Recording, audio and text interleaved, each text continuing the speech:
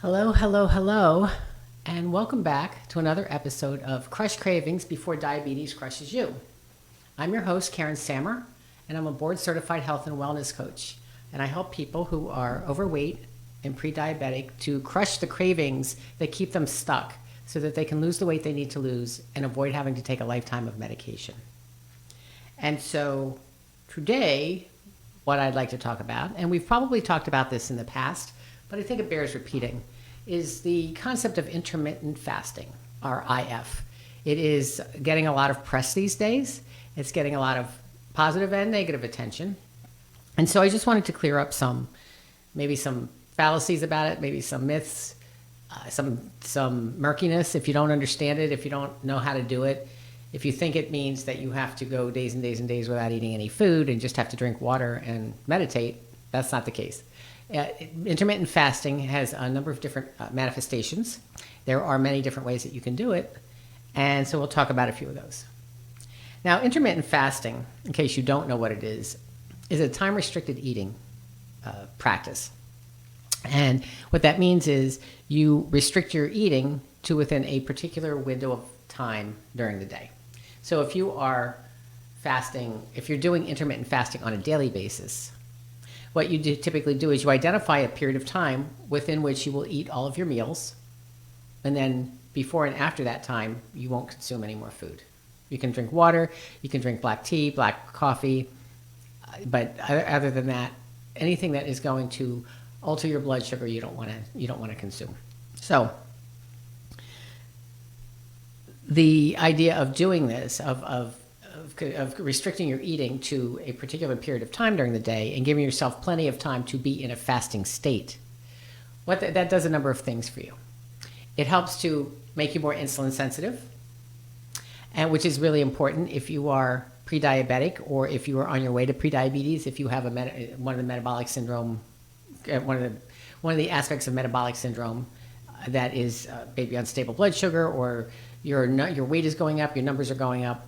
And what the practice of intermittent fasting does is it helps to kind of stabilize that stuff. So when you give yourself more time off from eating than time of eating, it gives your body a chance to restore itself, to just clean up the mess, if you will. So there are a number of different processes that go on in your body during a fasting state. When you're fasting, you're not utilizing insulin, so you're not trying to create energy to put into the cells. So you're not doing any of these things that require your body to produce insulin or to do any of the work that it normally does when you're eating. So when you in a fasting state, your body goes through a process called autophagy. Apoptosis and autophagy. Apoptosis is cell death. And what that does is it kills off the abnormal and non-functioning or badly functioning cells in your body, which is a good thing, without harming the healthy cells around it. So your body selectively kills off these cells, or these cells actually kill themselves. Apoptosis is cell death. It's when the cell dies on its own. And then autophagy is the cleaning up of the mess left behind. So cleaning up unhealthy proteins, unhealthy residual stuff that goes on in your body. Autophagy helps to kind of sweep that mess up and send it on this way. Send it out through your waste, through your digestive system and your waste. And so when your body has an opportunity to do all of these things, these particular things, you become more insulin sensitive. You're able to nurture the healthy cells in your body and eliminate the cells that can cause problems later on, like cancers and other types of things, and it helps to keep your system clean. When you are, we'll talk about different periods of intermittent fasting, but I want to talk about the benefits of it first. When you are in a fasting state for a significant number of hours in a day, it gives your digestive system a chance to rest. And because everything needs to rest in your body. And if you're not eating, if you're consuming your food earlier in the day so that you give yourself a long lead time before you actually go to bed at night, where your stomach is empty and you're not digesting, you're not doing digestive types of functions in your body, then your body actually has the opportunity to restore and rest fully at night. Because if your body is producing insulin to to move the food around, to move the glucose from your food into your cells, then it is not. First of all, you're not using that energy because you're sleeping or you're trying to sleep, and so it ends up being stored as fat cells or in your fat cells. But it also keeps your body from doing its repair work. Your body's meant to repair itself while you're sleeping. That's why deep restorative sleep for 7 to 9 hours every night is very important, because your body needs a chance to do that work, that cleanup work during the night while you're sleeping. So a lot of times the concept of intermittent fasting is a little frightening to people because they feel like they're going to have to go for vast periods of time without food. And that is not the case. I mean, you can choose fasting periods that are longer than 24 hours. Some people do that. And each day that you go without food, you are doing something. You're doing a little bit of a deeper process of what the fasting will do for you. But you have to do it right.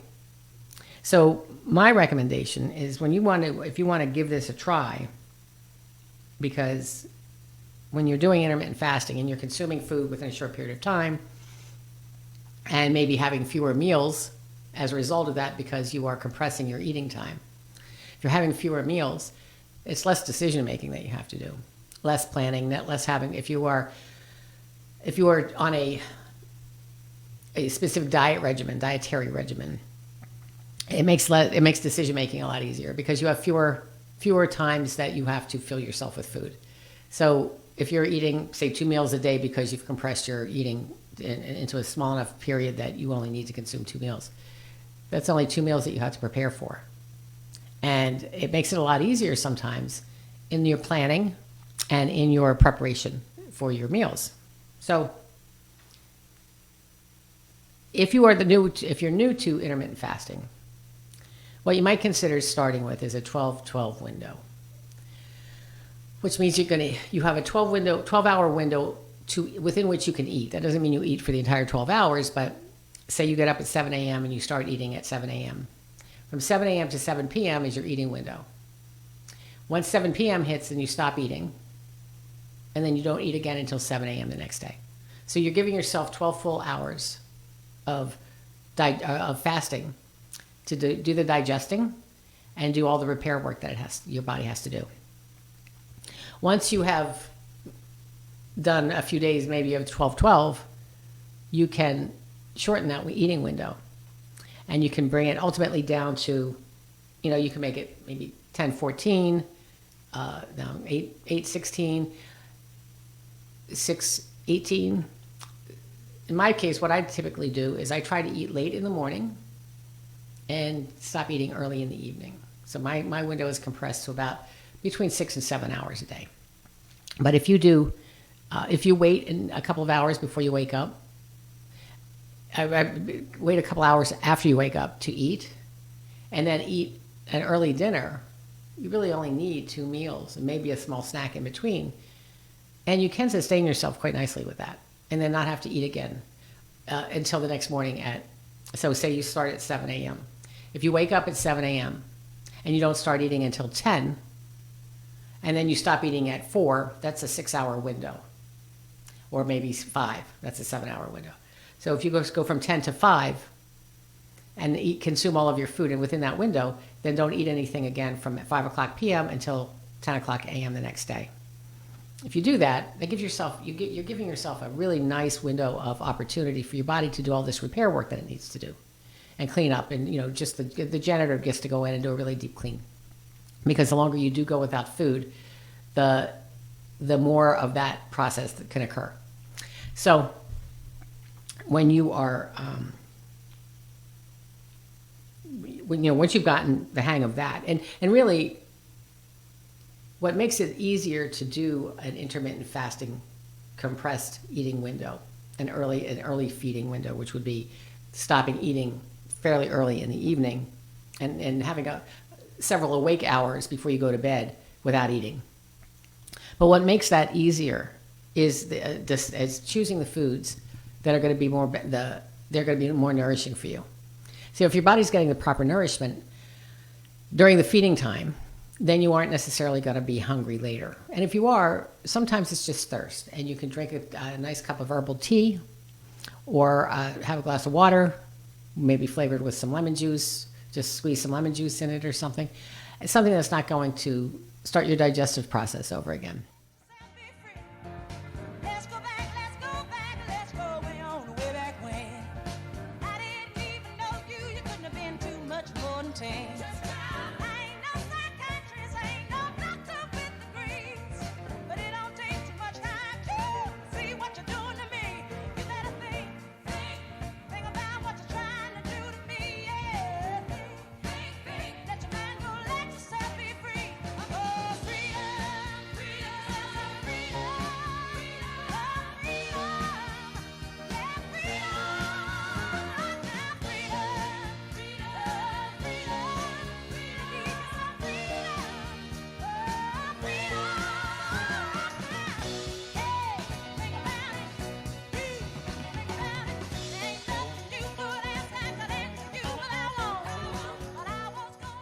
And so if you choose foods that are nutrient dense, that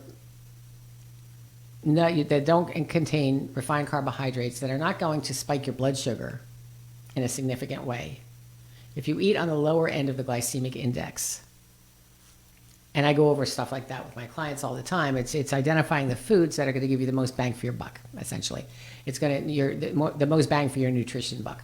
So identifying foods that are going to be whole foods and healthy for you, so that you're getting satisfied, you're getting nutritionally satisfied in those few meals that you're eating, then you can sustain yourself for that entire fasting period. And eventually you will not be hungry during that period. Initially you might be, because you're just not used to stopping eating and having that large gap of time between eating periods or between meals. So if you are once you choose the right foods and start practicing stretching that fasting window and shrinking that eating window gradually, you eventually can get to a point where you could do a 24-hour fast if you wanted to, relatively in relative comfort. Now that doesn't mean that you should do that every day, or even you don't even need to do it every week. But if you did like a quarterly fast, where you do a 24 or 48-hour fast to really give your body a chance to clean up the stuff. Some people do it seasonally. Every time the seasons change, they'll do a detox kind of fast. You don't have to do much in the way of detoxing, although you can sustain yourself with, there are teas that help to support the liver and kidneys. Those are your major detoxing organs. Your skin, your liver, and your kidneys are your major detoxing organs. And so, if you're drinking water or you are drinking herbal teas, that maybe support those systems just to help you to cleanse more thoroughly. But you don't have to go into any kind of fancy detoxing regimen. It's just really just allowing your body to rest and restore itself. But in those times, you need to make sure you're drinking plenty of water. You need to make sure that you are getting plenty of rest. And use it as quiet, reflective time. Don't get into anything stressful. So I would definitely choose the time wisely when you're doing it.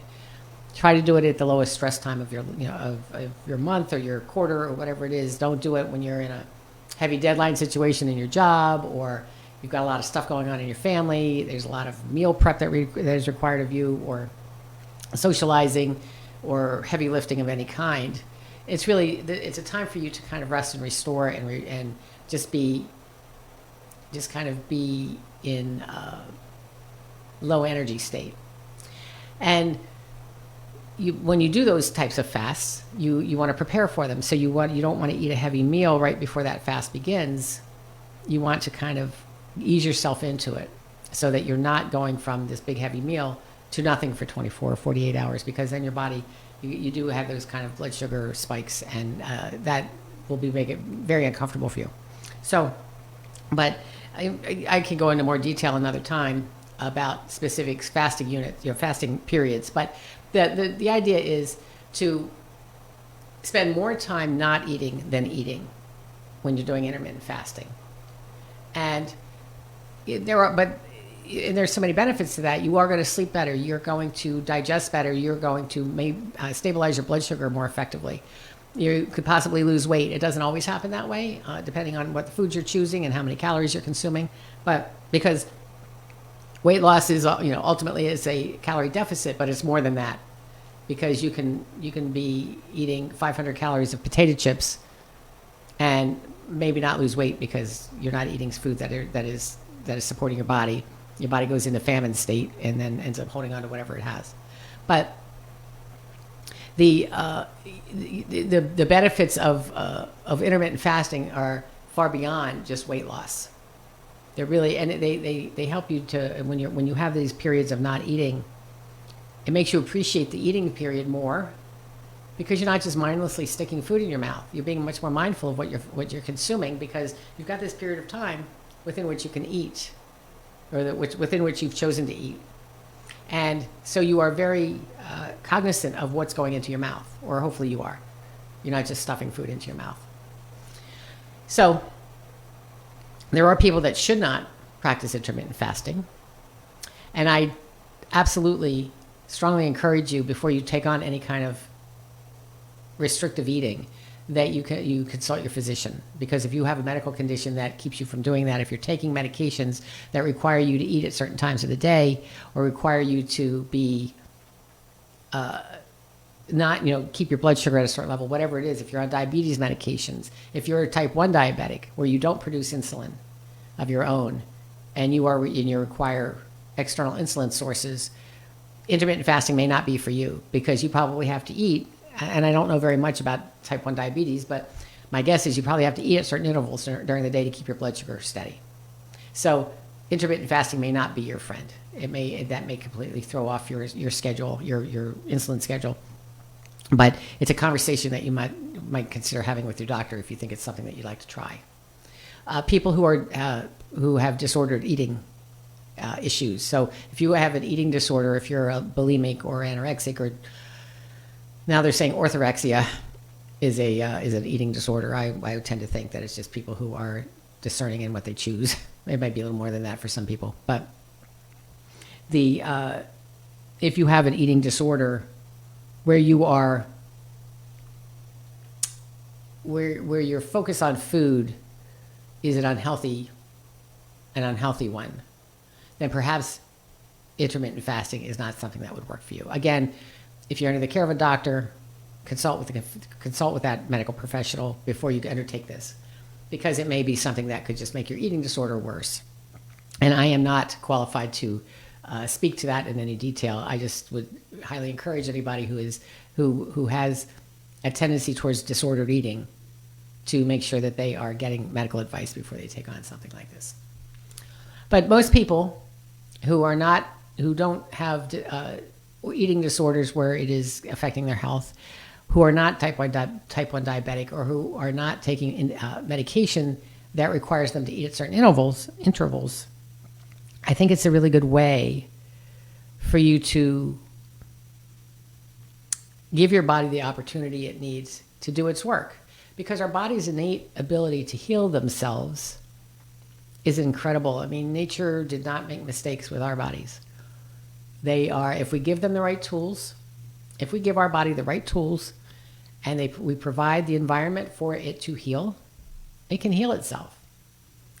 Nobody was ever born with a chemical deficit in their body, a man-made chemical deficit. We are not pharmaceutical. We are not deficient in pharmaceuticals, our bodies. What we may be deficient in is vitamins and minerals and the nutrients that we need to support a healthy body. So if we're eating, even in a compressed period of time, if we're eating to get the nutrition that we need, the adequate protein and the adequate fat and the adequate amount of carbohydrates and all the vitamins and the minerals and all of the things that we need to keep our body healthy, our body's going to be able to find a way to make itself healthy.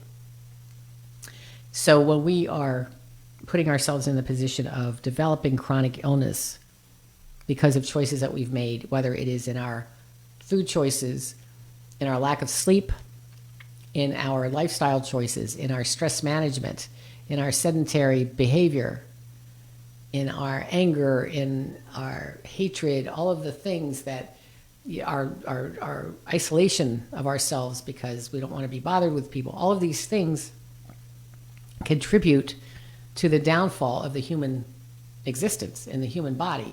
It degrades the human body's ability to survive and to sustain itself.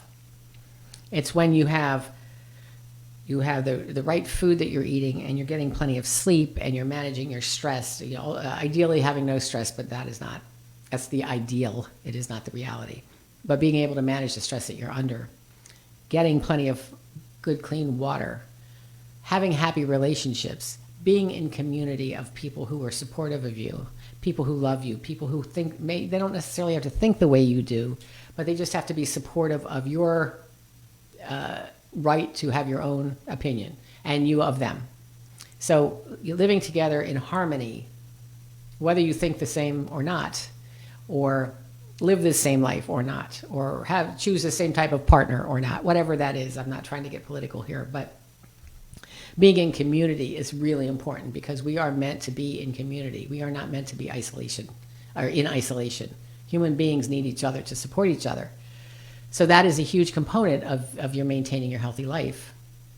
And so all of these pieces put together allow your body to support itself. It's when we introduce the stress that we are under all the time and introduce highly processed foods or food-like substances that our body does not recognize as food, doesn't know what to do with, so it stores it as a toxin in our adipose tissue, making it adipose fat tissue, making it more difficult to lose the weight. But not only that, it causes all kinds of problems with your insulin sensitivity. If you're not sensitive to insulin, if you become insulin insensitive, then you are insulin resistant. Same thing. If you are not responding to the insulin in your body that your body is producing, eventually your pancreas just kind of shuts down and doesn't do its job. But it's because we have not given it the tools to do its job. Feeding it the foods that it needs so that the correct amount of insulin is being invited into the system and being used to bring glucose into the cells and not being locked out because we've been pounding at those cells. So when we give these tools, all of these tools to our bodies to do their jobs, they can be miraculous beings. They can be absolutely miraculous. And so intermittent fasting is one of the tools that you can give it because it gives your body the ability to relax and rest and restore itself without having to digest and produce insulin and get all your systems up in high gear just to get this food moving through your system. When you give it the time to relax and restore, it cleans up the bad cells. It gets rid of all the waste. It kind of sweeps it all up and gets it out of your body. And it helps your body to really maintain a clean environment, which is really important. So intermittent fasting is for most people a very good way to manage your eating. It's not for everyone, but it is for most. But if you're going to undertake a practice like this, speak to your medical professional and make sure it's okay. If you have a condition that may or may not preclude you from doing it. Or if you have a condition that, if unmanaged, you shouldn't be doing it. But you can do it if your physician is aware of it and can help you to manage whatever your circumstances are. So a really good way to manage a lot of things in your life is intermittent fasting. Yeah, it's just a really good, and it's easy to do. I mean, it doesn't require any special equipment. It doesn't require any special foods. It requires only that you can tell time, that you keep your eating within the window that you've chosen, so that you get the best benefit from it, and so that it just it helps you to manage your food consumption. Because even if you don't choose a restrictive diet, a restrictive eating plan to eat during that intermittent fasting period, or that that food, that feeding period, you probably are not going to consume the same amount of calories as if you were eating throughout the day, right up until bedtime. You will very likely consume fewer calories during that compressed eating period. So it's a relatively painless way to consume fewer calories and give your body the rest and restoration time that it needs. And if you need any help with any of this, I would love to offer you a free consultation. You go to my website, yourpoweryourhealth.com, and book an appointment with me. You get an hour of my time and an hour of your time. It will be well spent because we'll look at where you are, we'll look at what your goals are, and we'll identify ways for you to get there. If you choose to work with me, that's great. If not, you'll at least have some action steps to take so that you can get yourself started on your healthy path. I am Karen Sammer from Your Power, Your Health, Nutrition and Health Coaching, and I look forward to talking to you again. Have a good day.